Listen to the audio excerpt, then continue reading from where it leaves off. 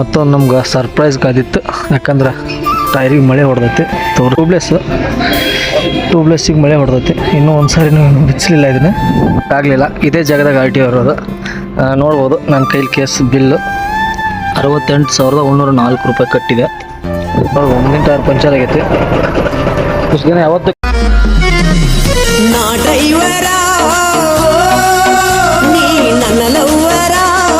ನಮಸ್ಕಾರ ಸಾವುಕಾರ ಮಂದಿಗೆ. ಇವತ್ತಿನ ಲೋಡ್ ಬಾಗಲಕೋಟೆ ಜಿಗಣಿ. ಯಾರ್ಯಾರು ಹೊಸದಾಗಿ ವಿಡಿಯೋ ನೋಡಾಕತ್ತೀರಿ ಪ್ಲೀಸ್ ಸಬ್ಸ್ಕ್ರೈಬ್ ಮಾಡ್ಕೊರಿ. ಎಲ್ಲರೂ ಒಂದು ಲೈಕ್ ಮಾಡಿ ಹೋಗ್ರಿ. ವಿಡಿಯೋ ನೋಡ್ತೀರಿ ಬಟ್ ಲೈಕ್ ಮಾಡಲ್ಲ, ಲೈಕ್ ಮಾಡ್ರಿ ಪ್ಲೀಸ್, ಸಬ್ಸ್ಕ್ರೈಬ್ ಮಾಡ್ರಿ. ನೋಡ್ಬೋದು ಈಗ ಲೋಡಿಂಗ್ ಪಾಯಿಂಟಿಗೆ ಬಂದಿವಿ. ಗಾಡಿ ಕಾಟ ಮೇಲೆ ಹಾಕಿವಿ. ಮಿರರ್ ರಾಡ್ ಹೆಂಗೆ ಕಾಣತ್ತೋ ಸ್ವಲ್ಪ ಕಮೆಂಟ್ ಮಾಡ್ರಿ. ನೋಡ್ಬೋದು ಗಾಡಿ ಕಾಟ ಮಾಡ್ಸೊಂದು ಹೊರಗಡೆ ತೀಯತ್ತೀವಿ, ಯಾಕಂದ್ರೆ ಮುಂದುಗಡೆ ಅಲ್ಲಿ ಕಾಂಕ್ರೀಟ್ ಆಗಿರುತ್ತೆ ಹೊಸ್ದಾಗೆ, ಅದಕ್ಕೆ ರಿವರ್ಸ್ ಹೋಗ್ಬೇಕಾಯ್ತು ಅಲ್ಲಿಂದ. ಈಗ ಟೈಮ್ ಆಗೈತೆ 5:55. ನಾವೀಗಿರೋದು ಬಾಗಲಕೋಟೆ ಒಳಗಡೆ. ಲೋಡಿಂಗ್ ಪಾಯಿಂಟ್ ಇರೋದು ಬಾಗಲಕೋಟೆ ಕಡೆ. ಇದು RG ಕಾಸಟ್ ರವಾ ಫ್ಯಾಕ್ಟ್ರಿ ಇದು. ಈಗ ನಾವು ತುಂಬ್ತಾ ಇರೋದು ರವಾ. ಈಗ ಆಲ್ಮೋಸ್ಟ್ ಅರ್ಧ ಗಾಡಿಗೆ ಲೋಡ್ ಆಯಿತು. ಇಲ್ಲಿಂದ ನಾವು ಲೋಡ್ ಮಾಡ್ತಾ ಇರೋದು ಜಿಗಣಿಗೆ. ಈಗ ಟೈಮ್ 7:40. 3 ಗಂಟೆಗೆ ಹಚ್ಚಿದ ಗಾಡಿ 7:40 ಅಂದ್ರೆ ನೋಡ್ಬೋದು 4 ಗಂಟೆ ಮೇಲೆ 5 ಗಂಟೆ ಸಮೀಪ ಆಯ್ತು ಗಾಡಿ ಲೋಡ್ ಮಾಡಿ. ಈಗ ಫೈನಲ್ ಆಗಿ ಲೋಡ್ ಮಾಡಿದ್ರು 30 ಟನ್ 6 ಬ್ಯಾಗ್. ಈ ಥರ ಲೋಡ್ ಆಗಿದೆ. ಯಾಕಂದ್ರೆ ರವಾ ಅಲ್ಲ, ವೇಟ್ ಸ್ವಲ್ಪ ಕಮ್ಮಿ ಬರುತ್ತೆ, ಅದಕ್ಕೆ ಸ್ವಲ್ಪ ಹೈಟ್ ಬರ್ತಿದ್ದು ಲೋಡ್. ಇನ್ನೂ ಪಾಳ್ಕಾಯ ತಾಡ್ಪಲ್ ಏನೂ ಹಾಕಲಿಲ್ಲ. ಈ ಗಾಡಿ ಮುಂದೆ ತೊಗೊಂಡ್ವಿ, ಅಂದರೆ ಇಲ್ಲಿಂದ ಲೋಡ್ ಆಗಿದ್ದು ಗಾಡಿ ಇಲ್ಲಿಂದ ಮುಂದೆ ತೊಗೊಂಡಿವಿ. ಇನ್ನು ತಾಡ್ಪಲೆಲ್ಲ ಹಾಕಬೇಕು.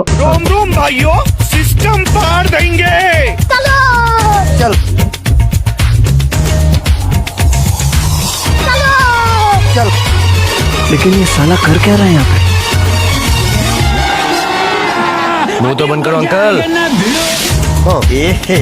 रहा नहीं जाता, तड़प ही ऐसी है ना। कैसे कैसे लोग रहते हैं यार यहाँ पर। ನೋಡ್ಬೋದು ನಮ್ಮ ಕಾಂತದಾರ ಇನ್ನೊಂದು ಸರಿ ಚೆಕ್ ಮಾಡಕತ್ತಾರೆಲ್ಲ. ಇವರ ನಮ್ಮ ಕಾಂತದಾದ ಹಿಂದಿನ ವಿಡಿಯೋದಾಗೆಲ್ಲ ನೋಡ್ಬೋದು. ಈ ಟ್ರಿಪ್ ಪೂರ್ತಿ ಇವರೇ ಓಡಿಸೋದಾಗತ್ತೆ, ಯಾಕಂದ್ರೆ ನನ್ನ ಕಾಲು ಭಾಳ ನೋವು ಐತಿ, ಗಾಡಿ ಓಡ್ಸೋಕ್ಕೆ ಬರಲ್ಲ ಅನ್ಕೊತೀನಿ.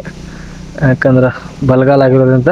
ನೋಡ್ಬೋದು ನಮ್ಮ ಕಾಂತದವ್ರು 1 ತಾಸು ಸತತವಾಗಿ ಹಗ್ಗ ಹಾಕಿ ಈಗ ಕೈಕಾಲು ಮುಖ ತೊಗೋಕೊಂಡ್ರ. ಬರ್ರಿ ನಮ್ಮ ಕೈ ಆಕಾರ ನೋಡ್ರಿ, ಇಲ್ಲಿ ಹಗ್ಗ ಹಾಕೋದು. ಹಗ್ಗ ಧೂಳಾಗಿರುತ್ತಲ್ಲ, ಈಗ ಕೈಕಾಲು ಮುಖ ತೊಗೊಂಡು ಇಲ್ಲಿಂದ ಹೊರಗಡೆ ಹೋಗಿ ಎಲ್ಲಾದ್ರೂ ಊಟ ಮಾಡಿ ಅಲ್ಲಿಂದ ಬಿಡ್ಬೇಕು. ಬರ್ರಿ ಹೋಗುನು. ಈಗ ಟೈಮ್ 10 ಗಂಟೆ. ನಾವಿರೋದು ಸೀಮಿಕೆರೆ ಬೈಪಾಸ್ ಬಾಗಲಕೋಟ್ನಾಗ. ನೋಡ್ಬೋದು ಅಮ್ಮರಲ್ಲಿ ಹಾಕಿ ಇಲ್ಲಿ ಊಟಕ್ಕೆ ಹೊಂಟಿವಿ. ಲಿಂಗಾಯತ್ ಕರಾವಳಿ ಮಂಜುನಾಥ್ ಹೋಟೆಲ್ ಅಂತೇಳಿ ಭಾರಿ ಫೇಮಸ್ ಊಟ ಕೊಡ್ತಾರೆ, ಮಸ್ತ್ ಕೊಡ್ತಾರೆ ಊಟ. ಅಲ್ಲಿ ಊಟಕ್ಕೆ ಹೊಂಟಿವಿ. ಕಾಲು ಸ್ವಲ್ಪ ನೋವು ಆಗೋ ಕಾರಣ ಇದನ್ನು ಜಿಗಾಕಾಗಲಿಲ್ಲ. ಹಿಂಗೆ ಸುತ್ತಾಚೆ ಹೋಗೋದಾಗೈತೆ ತನೆವಾರ. ಈ ಬಂಕಿಗೆ ಬಂದು ಡೀಸೆಲ್ ಫುಲ್ ಮಾಡಕತ್ತೀವಿ. ಫುಲ್ ಮಾಡ್ಕೊಂಡು ಇಲ್ಲಿಂದ ಬಿಡ್ಬೇಕು. ಈಗ ಟೈಮ್ 11 ಗಂಟೆ. ನಾವೀಗ ಐಮಂಗಲ ಟೋಲ್ ಹತ್ರ RTO ಚೆಕ್ ಪೋಸ್ಟ್ ಐತೆ, ಇಲ್ಲಿದ್ದೀವಿ. ಚೆಕ್ ಪೋಸ್ಟ್ ಅಂತಲ್ಲ, RTO ನಿಂತ್ಕೊಂತಾರೆ ಟೈಮ್ ಇಲ್ಲಿದ್ದೀವಿ ನಾವೀಗ. ನಾವಿಲ್ಲಿ ಬಂದ 4 ಅವರ್ ಆಗಿರ್ಬೋದು ನನಗೆ ಬಂದು ನಾನು. ಯಾಕಂದ್ರೆ ನನ್ನ ಗಾಡಿದು ಒಂದು ಟ್ಯಾಕ್ಸ್ ಡ್ಯೂ ಇತ್ತು. ಸ್ಟಾಪ್ ಮಾಡಿದ್ರು. ಸ್ಟಾಪ್ ಮಾಡಿ ಟ್ಯಾಕ್ಸ್ ಕಟ್ಕೊಂಡು ಹೋಗೋಕೆ ಹೇಳ್ಯಾರ. ಅದಕ್ಕೆ ಅಮೌಂಟ್ ಸೆಟ್ ಮಾಡ್ಕೊಂಡು ನಿಂತೀನಿ. ಯಾಕಂದ್ರೆ ಟೈಮ್ ಇನ್ನೂ ಆಗಿಲ್ಲ, ಬ್ಯಾಂಕಿಗೆ ಅಮೌಂಟ್ ಆಗ್ಬೇಕಂದ್ರೆ ಆಗಿರಲಿಲ್ಲ, ಅದಕ್ಕೆ ನಿಂತೀವಿ. ಈಗ ಅಮೌಂಟ್ ಸಜ್ಜ ಆಗ್ತಾವೆ. ನೋಡ್ಬೋದು ಅಲ್ಲಿ ನಿಮಗೆ RTO ಜೀಪ್ ಹಿಂದ್ಗಡೆ ಐತೆ, ಆಮೇಲೆ ತೋರಿಸ್ತೇನೆ ನಿಮ್ಗೆ. ನನಗೇನು ಯಾವುದೇ ರೀತಿ ತೊಂದರೆ ಮಾಡಲಿಲ್ಲ, ಯಾವುದೇ ರೀತಿ ಏಕುಚೆಂದ ಮಾತಾಡಿಲ್ಲ. ಅವ್ರು ಹೇಳಿದ್ದೊಂದೇ, ಟ್ಯಾಕ್ಸ್ ಕಟ್ಕೋಪ್ಪ, ಟ್ಯಾಕ್ಸ್ ಕಟ್ಕೊಂಡು ಗಾಡಿ ತೊಗೊಂಡೋಗು, ಇಲ್ಲಾಂದ್ರೆ ಗಾಡಿ ಸೀಸ್ ಆಗುತ್ತೆ. ಯಾಕಂದ್ರೆ ಆಲ್ರೆಡಿ ಜಾಸ್ತಿ ಟ್ಯಾಕ್ಸ್ ಡ್ಯೂ ಅದಾವು, ಸೀಸ್ ಆಗುತ್ತೆ. ನನಗೇನು ₹1 ಜಾಸ್ತಿ ಕೊಡಬೇಡ, ಅದೆಷ್ಟು ಟ್ಯಾಕ್ಸ್ ಐತಲ್ಲ ಅದೆಲ್ಲ ಅಮೌಂಟ್ ರೆಡಿ ಮಾಡ್ಕೊಂಡು ಬಾ, ಇಲ್ಲೇ ಇರ್ತೀನಿ ಅಂತ ನಾನು ಫೈಲ್ ಎಲ್ಲ ತೊಗೊಂಡಾರ. ಟ್ಯಾಕ್ಸ್ ಕಟ್ಟಿ ₹1 ಜಾಸ್ತಿ ಬೇಡ, ಅದೇನು ಟ್ಯಾಕ್ಸ್ ಐತಲ್ಲ ಅದಷ್ಟು ಕಟ್ಬಿಟ್ಟು ಹೋಗಂತ ಹೇಳ್ಯಾರ. ಅಮೌಂಟ್ ಸೆಟ್ ಮಾಡತ್ತೀನಿ, ಮಾಡ್ಕೊಂಡು ಹೊಂಟೀನಿ. ಅಮೌಂಟ್ ತೊಗೊಂಬರಕ್ಕೆ ಹೋಗಿ ವಾಪಸ್ RTO ಸರ್ ಕಡೆ ಹೊಂಟಿವಿ. ಅವರ ಬೈಕ್ ಕೊಟ್ಟು ಕಳಿಸಿದ್ರು. ಅಲ್ಲಿ ಇರೋ ಕಾರಣ ಅವರ ಬೈಕ್ ಕೊಟ್ಟು ಬೇರೆ ಇನ್ನೊಬ್ರವ್ರನ್ನ ಕೊಟ್ಟು ಕಳಿಸಿದ್ರು ದುಡ್ಡು ತೊಗೊಂಬರಕ್ಕೆ. ಮುಂದೆ ಒಂದು ಪೆಟ್ರೋಲ್ ಪಂಪಿಗೆ ಹೋಗಿ ₹1,000 ಕಮಿಷನ್ ಕೊಟ್ಟು ಅಲ್ಲಿಂದ ತೊಗೊಂಬಂದ್ವಿ. 1,000ಕ್ಕೆ ₹20 ಕಮಿಷನ್ ಹೇಳ್ದ. ಹಂಗೋ ಮಾಡಿ ₹1,000 ಕೊಟ್ಟು ಬಂದ್ವಿ.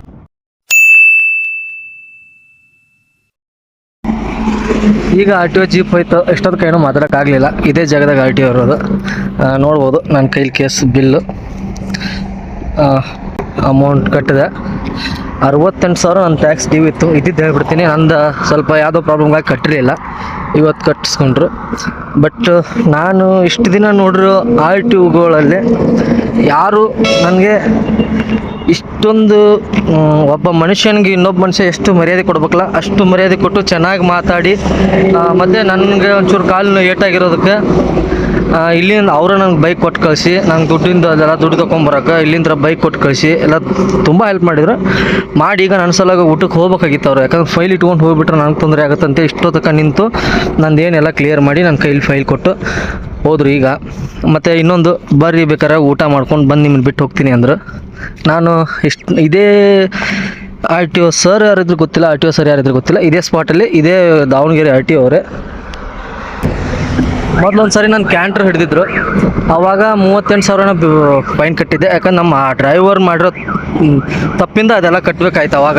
ಯಾಕಂದರೆ ರ್ಯಾಶ್ ಡ್ರೈವಿಂಗು ಮತ್ತು RTOಗೆ ಗಾಡಿ ಸ್ಟಾಪ್ ಮಾಡಿದೆ, ಗಾಡಿ ಅವ್ರ ಮೇಲೆ ಹತ್ಸಕ್ಕೆ ಹೋಗಿದ್ದ ಅಂತ ಕೇಸ್ ಬಂದಿತ್ತು. ಅದು ಅವಾಗ ಕಟ್ಟಿದ್ದೆ. ಈ ಥರನೂ ಈ ಸರಿ ನಾನು ಬೇರೆ ಏನಾದರೂ ಯಾವುದೇ ರೀತಿ ಎಲ್ಲ ಡಾಕ್ಯುಮೆಂಟ್ಸ್ ಎಲ್ಲ ಅಪ್ಡೇಟ್ ಐತೆ ನಂದು. ಇದೊಂದು ಟ್ಯಾಕ್ಸ್ ಮಾತ್ರ ಕಟ್ಟಿರಲಿಲ್ಲ, ಅದು ಇವತ್ತು ಅದು ಕಟ್ಟಾಯಿತು.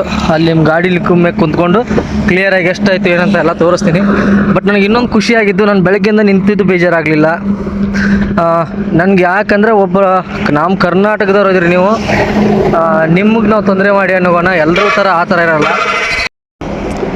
ಯಾಕಂದ್ರೆ ಒಬ್ಬೊಬ್ರು ಓನರ್ ಕಮ್ ಡ್ರೈವರ್ ಇದ್ದರು ಯಾವ ಥರ ಮಾತಾಡ್ತಾರೆ, ರ್ಯಾಶಾಗಿ ಮಾತಾಡ್ತಾರೆ. ಅದಕ್ಕಾಗಿ ನಾವು ಆ ಥರ ನಡ್ಕೊತೀವಿ. ನೀವು ನನ್ನ ಜೊತೆ ಚೆನ್ನಾಗಿ ಮಾತಾಡಿದ್ದೀರಿ, ನಾವು ನಿಮ್ಮ ಜೊತೆ ಚೆನ್ನಾಗಿ ಮಾತಾಡಿದ್ದೀವಿ ಅಂತ ಹೇಳಿದರು RTO ಸರ್ ಆಯಿತು. ಮತ್ತು ಇನ್ನೊಬ್ಬರು ಜೀಪ್ ಡ್ರೈವರು ರಾಜೇಶಣ್ಣನೋ ಮಂಜನ ಅಂತರು, ಸರಿ ನನಗೆ ಹೆಸರು ಗೊತ್ತಾಗಲಿಲ್ಲ. ಅವರು ಮಾತ್ರ ಸಿಕ್ಕಾಪಟ್ಟೆ ಹೆಲ್ಪ್ ಮಾಡಿದ್ರು. ನೋಡ್ಬೋದು ಭೀಮಾ ಇಲ್ಲೇ ನಿಂತಾನ. ಈಗ ಇಲ್ಲಿಂದ ಮುಂದೆಲ್ಲ ಡ್ರಾಬಾದಾಗ ಹೋಗೋಣ ಬರ್ರಿ. ಬೆಳಗ್ಗೆ ಎಷ್ಟು 7 ಗಂಟೆಗೆ ನಿಂತಿದ್ದು ಗಾಡಿ, ಈಗ ಟೈಮ್ 3 ಗಂಟೆವರೆಗೂ ಇದೇ ಜಾಗದಾಗ ನಿಂತೀವಿ. ಬರೀ ಮುಂದೆ ಎಲ್ಲಾದರೂ ಹೋಗೋಣ. ಇದೇ ನೋಡ್ಬೋದು ಬಿಲ್ಲು 68,104 ರೂಪಾಯಿ ಕಟ್ಟಿದೆ. ಕಟ್ಟಿದ್ದ ಗಾಡಿ ಸ್ಟಾರ್ಟ್ ಮಾಡಿ ಇಲ್ಲಿಂದ ಬಿಡ್ಬೇಕಿನ್ನ. ಕುಂತು ಬೇಜಾರಾಗಿ ನಮ್ಮ ಕಾಂತು ಮಲಗರು ಮಲ್ಕೊಂಡ್ಬಿಟ್ರೆ ನನ್ನ ಕಾಲು ಇಷ್ಟೆಲ್ಲ ಇದ್ರು ಓಡಾಡಕತ್ತೀನಿ. ಟೈಮ್ 4:44. ಸದ್ಯ ನಾವಿರೋದು ಚಿತ್ರದುರ್ಗ ಬೈಪಾಸ್ನಾಗಿದ್ದೀನಿ. ಹೊಟ್ಟೆ ಹಸ್ತಿದೆ, ಏನು ತಿಂದಿಲ್ಲ ಬೆಳಗ್ಗೆಯಿಂದ, ಒಂದು ಟೀನು ಕೊಡ್ದಿಲ್ಲ. ಏನೋ ತಿನ್ಬೇಕಂತ ಸ್ಟಾಪ್ ಮಾಡಿ ಅಲ್ಲಿ ಹೋಟೆಲ್ ಕಾಣತೈತಿ. ಅದು ಈ ಕಡೆ ಒಂದು ಹೋಟೆಲ್ ಮುರುಗನ್ ಅಂತ ಆ ಸೈಡ್ ಇತ್ತೊಂದು. ನೋಡೋಣ ಏನು ಅನ್ನ ಸಾಂಬಾರು ಏನು ಸಿಗುತ್ತೆ ಸ್ವಲ್ಪ ತಿಂದು ಇಲ್ಲಿಂದ ಬಿಡೋಣ. ಯಾಕಂದ್ರೆ ಸ್ವಲ್ಪ ಬಿಸಿಲು ಜಾಸ್ತಿ ಐತಿ, ಟೈರ್ ಹೀಟ್ ಆಗುತ್ತಾವೆ. ಅದಕ್ಕೆ ಹೆಂಗೂ ನನಗೆ ಉಳಿದಿರೋದು 230 ಉಳಿದಿರ್ಬೋದು ಅನ್ಕೊತೀನಿ. ಹೋದ್ರೆ ಆಯ್ತು, ನೈಟ್ ಪೂರ್ತಿ ಹೋದ್ರೂ ಆರಾಮಾಗಿ ಮುಟ್ತೀವಿ. ಅಲ್ಲಿ ಹೋಗಿ ಮಲ್ಕೊಳಕ್ಕೂ ತೊಂದರೆ, ಯಾಕಂದ್ರೆ ಸ್ವಲ್ಪ ಜಾಗ ಸರಿ ಇಲ್ಲ ಅಂತ ಹೇಳಿದಾರೆ ಅಲ್ಲಿ ಫ್ಯಾಕ್ಟ್ರಿ ಸುತ್ತಮುತ್ತಲ. ಯಾಕಂದ್ರೆ ತುಂಬುವಾಗ ಹೇಳ್ಬಿಟ್ರೆ ಇವರು ನಮ್ಮ ಲೋಡ್ ಮಾಡೋ ಫ್ಯಾಕ್ಟ್ರಿ ಒಳಗಡೆ ಹೇಳ್ಬಿಟ್ರಲ್ಲ ಬಾಲ್ಕೋಟ್ಯಾಗ, ಅಲ್ಲಿ ಹೋಗಿ ಸ್ವಲ್ಪ ಹುಷಾರಾಗಿ ಮಲ್ಕೋರಿ ಅಂತೇಳಿ. ಅದಕ್ಕೆ ಅಲ್ಲೇನು ಹೋಗಿ ಮಲ್ಬೋದು, ಇಲ್ಲೇ ಟೈಮ್ ಪಾಸ್ ಮಾಡ್ಕೊಂಡು ಆರಾಮ್ ಬೆಳಗಿನ ಜಾವ ನಸಕ್ನೇ ಹೋಗಿ ಮುಟ್ಟಿದ್ರೆ ಸಾಕು. ನಾವು ಹಂಗೆ ಹೋಗೋಣ. ಏನೈತಿ ತಿಂದು ಹಿಂದೆ ಡೆಕೋರೇಷನ್ ಅಂಗಡಿ ಐತಿ ಗಾಡಿಗಳದು, ಅಲ್ಲಿ ಹೋಗಿ ಏನು ಸ್ಟೇರಿಂಗ್ ಕವರ್ ತೊಗೋಬೇಕಂತ ಮಾಡೀನಿ. ಸ್ಟೇರಿಂಗ್ ಕವರ್ ಇಲ್ಲ ಗಾಡಿಗೆ, ನೋಡೋಣ ಇಷ್ಟ ಆದ್ರೆ ಅದೊಂದು ತೊಗೊಂಡು ಇಲ್ಲಿಂದ ಬಿಡೋಣ.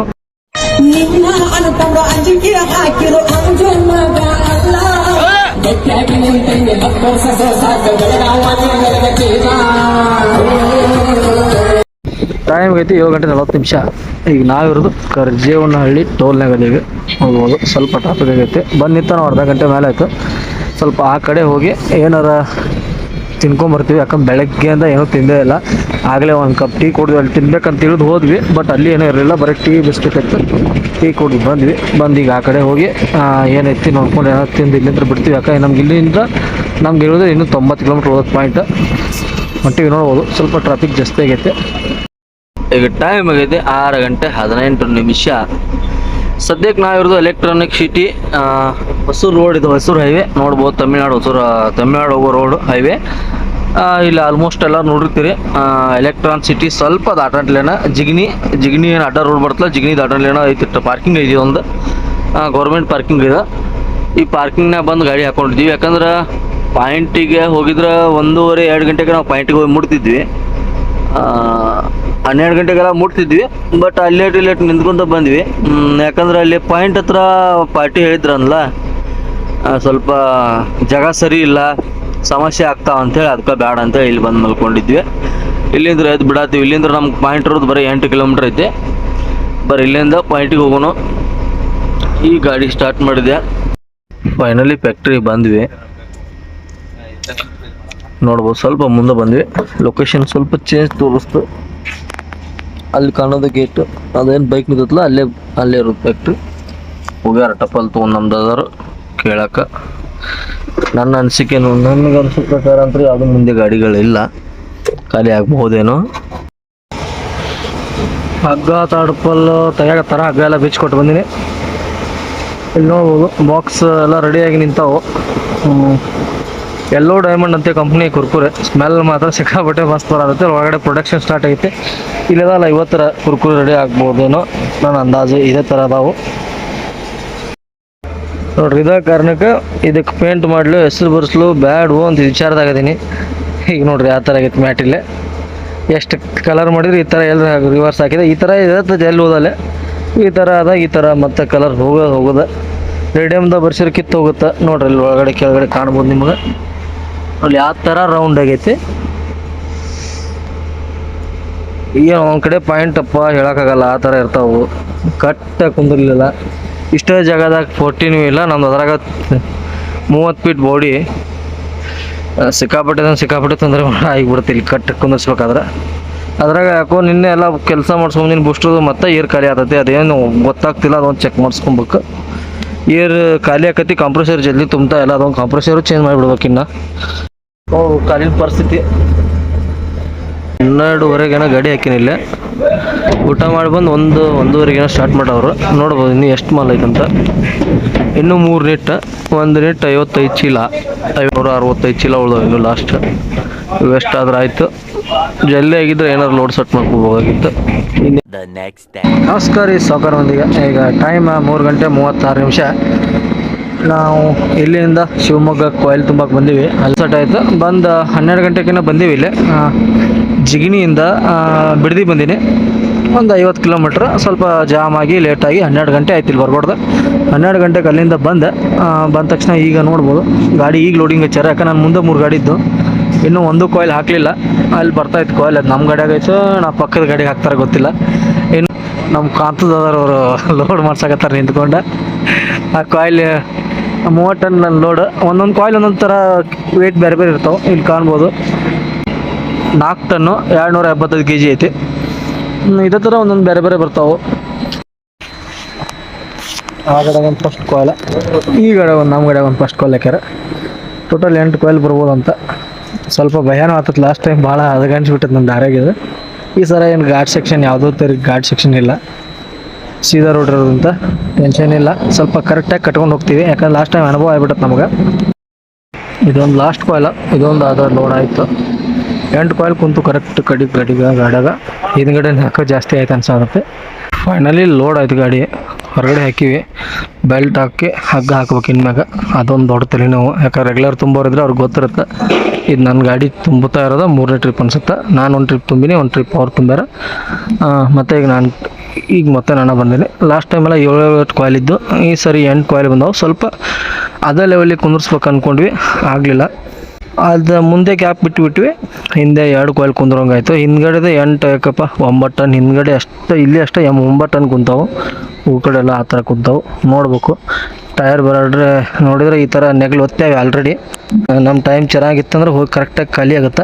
ಇಲ್ಲಾಂದ್ರೆ ಹಿಂದ್ಗಡೆ ಇದೇ ಡಮ್ಮಿ ಟೈರ್ಗೆ ವೇಟ್ ಬೀಳೋದ್ರಿಂದ ಅದ್ರಾಗ ನಮ್ಮ ಸ್ವಲ್ಪ 30 ಫೂಟ್ ಬಾಡಿ ಅಲ್ಲ, ಹಿಂದ್ಗಡೆ ಸ್ವಲ್ಪ ಜಾಸ್ತಿ ಬೀಳುತ್ತೆ ವೇಟ್. ಪಂಚರ್ ಆಗದೆ ಇರೋಂಗೆ ನೋಡ್ಕೋಬೇಕು. ಆದರೆ ಹಿಂದ್ಗಡೆ ನನಗೆ ಡೌಟ್ ಇರೋದಂದರೆ ಅಲ್ಲಿ ಹೋಗ್ಬಿಡ್ದೆ ಏನಾದರೂ ಡಮ್ಮಿ ಟೈರ್ಸ್ ಪಂಚರ್ ಆಗಬಹುದು. ಯಾಕಂದರೆ ಇದೊಂದು ಟೈರ್ ಸ್ವಲ್ಪ ಅಸ್ತೈತೆ. ನೋಡ್ಬೋದು, ತಿಂದೈತಲ್ಲ ಇದು. ಇದೊಂದು ಟೈರ್ ಸ್ವಲ್ಪ ಅಸ್ತೈತೆ, ಆದರೆ ಪಂಚರ್ ಆಗ್ಬೋದು. ಆ ಕಡೆ ಅಂತೂ ಟ್ಯೂಬ್ಲೆಸ್ ಅದಾವೆ, ಅವೇನು ನನಗೆ ಪ್ರಾಬ್ಲಮ್ ಇಲ್ಲ. ಇದೇ ಸ್ವಲ್ಪ ಡೌಟು. ಇವು ಎರಡದ್ರ ಮೇಲೆ ಡೌಟು, ಪಂಚರ್ ಆಗಬಹುದೇನೋ. ಎಲ್ಲ ಬೆಲ್ಟ್ ತೆಗೆದು ಹೊರಗೆ ಹೋಗತ್ತಾರೆ. ನಮ್ದು ಅದರ್ ಸಿಟ್ಟಿಗೆದ್ದ ಬೆಲ್ಟ್ ಹಾಕ್ಬೇಕು. ಒಳಗಡೆ ಎಲ್ಲ ಮಡ್ಚಿಲ್ಲ, ಹಂಗೆ ಹೋಗ್ಬಿಟ್ಟಿವಿ. ಬೆಲ್ಟ್ ಹಾಕ್ಬೇಕು ಇನ್ಮ್ಯಾಗ ತೆಗೆದೆಲ್ಲ. ಗುಡ್ ಮಾರ್ನಿಂಗ್ ಎಲ್ಲರಿಗೆ. ಈಗ ಟೈಮ್ ಆಗೈತಿ 5 ಗಂಟೆ 16 ನಿಮಿಷ. ಈಗ ನಾವು ಇರೋದು ಯಡಿಯೂರದಾಗ. ಕುಣಿಗಲ್ ಮ್ಯಾಗ ಬಂದ್ವಿ. ಕುಣಿಗಲ್ ಆದ್ಮೇಲೆ ಯಡಿಯೂರು ಆದ್ಮೇಲೆ ತುರುವೇಕೆರೆ, KB ಕ್ರಾಸು, ಹುಳಿಯಾರ, ಹೊಸದುರ್ಗ, ಶಿವಮೊಗ್ಗ ಹಿಂಗೆ ಹೊಂಟಿವಿ. ಅಲ್ಲಿ ಮೇಲೆ ಇದ್ರ ಮೇಲೆ ಸುಮ್ಮನೆ ಟೋಲ್ ಬೇಡ ಅಂತೇಳಿ. ಯಾಕಂದ್ರೆ ಪಾರ್ಟಿ ಲೋಡ್ ಆಗಿರೋದು ಗಾಡಿ ಎಲ್ಲ 6 ಗಂಟೆನ 7 ಗಂಟೆಗೆಲ್ಲ ಲೋಡ್ ಆಯ್ತು. ಗಾಡಿ ಎಲ್ಲ ಲೋಡ್ ಮಾಡ್ಕೊಂಡು ಬಂದುಬಿಟ್ವಿ. ಲೋಡ್ ಮಾಡ್ಕೊಂಡು ಬಂದ್ವಿ. ಬಟ್ ಪಾರ್ಟಿ ಅಡ್ವಾನ್ಸ್ ಹಾಕಲಿಲ್ಲ. ಮೊನ್ನೆ ಎಲ್ಲ ಟ್ಯಾಕ್ಸ್ ಕಟ್ಟಿ ಪೂರ್ತಿ ಖಾಲಿಯಾಗಿದ್ವಿ. ಅದಕ್ಕಾಗಿ ಅಡ್ವಾನ್ಸ್ ಡೀಸೆಲ್ ಹಾಕೊಂಡು ಬರೋಕೆ ಅಮೌಂಟ್ ನನ್ನ ಹತ್ರ ಇರಲಿಲ್ಲ. ಹಾಗಾಗಿ ಪಾರ್ಟಿ 10 ಗಂಟೆವರೆಗೂ ಅಮೌಂಟ್ ಬರುತ್ತೆ ಅಂತಂದಿದ್ರು. ಆದರೂ ಜಮಾ ಆಗಲೇ ಇಲ್ಲ. ಆಮೇಲೆ ಟ್ರಾನ್ಸ್ಪೋರ್ಟ್ ಅವರೇ ಸ್ವಂತ ಅವರು ಅಮೌಂಟ್ನ ಎಷ್ಟು ಅಂದ್ರೆ ಒಂದು 15,000 ಕ್ಯಾಶ್ ಹಾಕ್ತೀನಪ್ಪ ಈಗ ಗಾಡಿ ತೊಗೊಂಡು ಮುಂದೆ ಹೋಗಿರೋ ಅಂತಂದರು. ರಾತ್ರಿ 11:30 12 ಆಗಿ ಬಂದಿತ್ತು. ಪಾಪ ಆ ಟೈಮ್ದಾಗ ಅವ್ರು ಫೋನ್ ಮಾಡಿ ಹಾಕಿದ್ರು ಹಂಗೆ. ಅಲ್ಲಿಂದ ಡೀಸೆಲ್ ಹಾಕೊಂಡು ಬಿಟ್ಟಿವಿ. ಸಿಟಿಂತ್ರ ಬರ್ಕೊಳ್ದನ ಅಲ್ಲೇ ಸ್ವಲ್ಪ ಕನ್ಫ್ಯೂಸ್ ಆಗಿ ಅಲ್ಲೇ ಟೈಮ್ ವೇಸ್ಟ್ ಆಯಿತು. ಈಗ ಹೊರಗಡೆ ಬಂದು ಯಡಿಯೂರದಾಗ ಬಂದು ಟೀ ಕುಡಿಯೋಕೆ ನಿಂತೀವಿ. ಇಲ್ಲಿಂದ ಬಿಡ್ಬೇಕು. ಟೈಮ್ ಭಾಳ ಜಾಸ್ತಿ ಆಗೋಯ್ತು. ಇನ್ನೂ 200 ಕಿಲೋಮೀಟ್ರ್ ಐತೆ ನಮಗೆ ಇರೋದ. 300 ಕಿಲೋಮೀಟ್ರ್ ಪಾಯಿಂಟ್ ಅಲ್ಲಿಂದ 12 ಗಂಟೆ ನಿನ್ನೆ ಲೋಡ್ ಆಗಿರೋ ಗಾಡಿ. ಈಗ 100 ಕಿಲೋಮೀಟ್ರ್ ಬಂದಿಲ್ಲ ನಾವು ಇನ್ನೂವರೆಗೂ. ಬರ್ರಿ ಮುಂದೆ ಹೋಗು. ಯಡಿಯೂರಿಂದ ತುರುವೇಕೆರೆ ರೋಡಿಗೆ ಹೊಳ್ಳಿವಿ ನಾವೀಗ. ನೋಡ್ಬೋದು ಯಾವ ಥರ ರೋಡ್ ಐತಿ. ಅಲ್ಲೆಲ್ಲ ರೋಡ್ ಭಾರಿ ಮಸ್ತ್ ಐತಿ. ಈ ಕಡೆ ಸ್ವಲ್ಪ ಕೆಟ್ಟಿದ್ದು ಬಂದೈತಿ. ಅದ್ರ ಗಿಡ ನೋಡ್ರಿ ಎಷ್ಟು ಮಸ್ತ್ ಐತಿ. ಭಾಳ ದಿನ ಆಗಿತ್ತು ಇಂಥ ರೋಡ್ನಾಗ ಹೋಗಿ. ಯಾಕಂದ್ರೆ ಆ ಕಡೆ ಗುಜರಾತ್ ಸೈಡ್ ಹೋಗ್ತಿಲ್ಲ, ಈ ಥರದ್ದು ಏನೂ ಸಿಗೋದು ಇಲ್ಲ. ಪೂರ್ತಿ ಹಸಿರು ಒಳಗಡೆ ಸೆಂಟ್ರ್ ಹೊಂಟಿವಿ. ನೋಡ್ಬೋದು ಖಾಲಿ ರೋಡ್. ಮುಂಜಾನೆದ್ದ ಹೊಂಟಿವಿ. ಭೀಮ ಇಲ್ಲೇ ನಿಂತಾನ. ತುರುವೇಕೆರೆದಾಗ ಹೋಗಿ ಏನಂದ್ರೆ ನಮ್ಮ ಅಕ್ಕ ಇರ್ತಾರೆ. ನಮ್ಮ ಅಕ್ಕಾಗ ಹೋಗಿ ಏನೂ ಹೇಳಿಲ್ಲ ನಾ ಬರ್ತೀನಿ ಅಂತೇಳಿ. ಸರ್ಪ್ರೈಸ್ ಕೊಡ್ಬೇಕು ಅಂದ್ಕೊಂಡಿನಿ. ಹೋಗಿ ಅವ್ರದ್ದು ಹೋಟೆಲ್ ಐತೆ. ಹೋಟೆಲ್ನಾಗ ಒಮ್ಮೆ ನಾಷ್ಟಕ್ಕೆ ಹೋಗಿ ಸರ್ಪ್ರೈಸ್ ಕೊಡ್ಬೇಕು ಅಂದ್ಕೊಂಡಿನಿ. ಏನಾಗುತ್ತೆ ಗೊತ್ತಿಲ್ಲ. ಬರೀ ಹೋಟೆಲ್ ಸ್ಟಾರ್ಟ್ ಐತೆ ಬಂದೈತೆ ಅದಂತೂ ಗೊತ್ತಿಲ್ಲ. ಹೋಗಿ ನಮ್ಮ ಅಕ್ಕಗೆ ಸರ್ಪ್ರೈಸ್ ಕೊಡೋನು. ಅದ ನಮ್ಮ ಮಾವನ ಹೋಟೆಲ್. ಮಾವ ಅಂಗಡಿ ಹೊರಗೆ ಅದಾನ. ಅಕ್ಕ ಅಂತೂ ಇಲ್ಲ. ಅವ್ರ ಎಕ್ಸ್ಪ್ರೆಷನ್ ಹೆಂಗಿರೋದು ನೋಡ್ಬೇಕು. ಗಾಡಿ ಸೈಡ್ ಹಾಕಿ ಬರ್ತೀನಿ ಮೊದಲಿಗೆ. ಭೀಮನ ಇಲ್ಲಿ ಸೈಡ್ ಹಾಕಿವಿ. ಬಂದು 1 ಗಂಟೆ ಆಯ್ತು ಅನ್ಕೊತೀನಿ ನಾನು. ಬಂದು ಬಿಸಿ ಇಡ್ಲಿ ಎಲ್ಲ ಟಿಫಿನ್ ಮಾಡಿದ್ವಿ. ಸರ್ಪ್ರೈಸ್ ಕೊಡ್ಬೇಕಂತ ಬಂದೆ. ಬಟ್ ಅಲ್ಲಿ ಗಾಡಿ ಅವ್ರ ಅಂಗಡಿ ಮುಂದೆ ಬಂದು ಸ್ಟಾಪ್ ಮಾಡಿಬಿಟ್ಟೆ. ನಾನು ನೋಡಿಬಿಟ್ರು ಅವರು. ಭಾಳ ಖುಷಿ ಪಟ್ರು. ಯಾಕಂದ್ರೆ ನಾನು ಹೇಳಿರಲಿಲ್ಲ ಬರೋದು ಭಾಳ ಕಮ್ಮಿ. ಒಂದು 7-8 ತಿಂಗಳಾಗಿತ್ತೇನೋ ಬಂದಾಗ. ಅದು ಗಾಡಿ ಮೇಲೆ ಬಂದಿದ್ದು ಬಿಟ್ಟರೆ ಅವ್ರು ಊರಿಗೆ ಬಂದಾಗ ಅಷ್ಟೇ ಸಿಕ್ಕಿದ್ದು. ನಮ್ಮ ಅಕ್ಕ ಅಂದ್ರೆ ಇಲ್ಲಿಯವರಲ್ಲ, ನಮ್ಮ ಊರವ್ರು. ನಮ್ಮ ಅಕ್ಕನ ನಮ್ಮ ಫ್ರೆಂಡ್ ಅಕ್ಕ ಅಂದ್ರೆ ನಮ್ಮ ಭಾವ ಅಂದ್ರೆ ಇಲ್ಲಿಯವರೇ. ತುಂಬ ಒಳ್ಳೆ ಜನ. One weekend of pampering later. Arsikere pass ಮಾಡಿ ಒಂಚೂರು ಇರಂಗಿರಲಿ ಅಂತ ಎಕ್ಸ್ಟ್ರಾ 2-3 ಸಾವಿರ ಡೀಸೆಲ್ ಹಾಕೋಬೇಕಂತ ಸ್ಟಾಪ್ ಮಾಡಿವಿ. 3 ಸಾವಿರ ಡೀಸೆಲ್ ಹಾಕ್ಸಿದೆ. ಡೀಸೆಲ್ ಇತ್ತು ಬಟ್ ಇರಂಗಿರಲಿ ಅಂತ ಸ್ಟಾಪ್ ಮಾಡಿದೆ. ಗಟ್ಟಿ ಇಡೋದು ಬೇಡ ಅಂತ. ಮತ್ತೊಂದು ನಮ್ಗೆ ಸರ್ಪ್ರೈಸ್ ಕಾದಿತ್ತು. ಯಾಕಂದ್ರೆ ಟೈರಿಗೆ ಮಳೆ ಹೊಡೆದೈತಿ. ಟ್ಯೂಬ್ಲೆಸ್ಸಿಗೆ ಮಳೆ ಹೊಡೆದೈತಿ. ಇನ್ನೂ ಒಂದು ಸಾರಿನೂ ಬಿಚ್ಚಲಿಲ್ಲ ಇದನ್ನು. ನೋಡ್ಬೇಕು. ಈಗ ಓಪನ್ ಮಾಡಿದರೆ ಹೋಗ್ಬೋದು.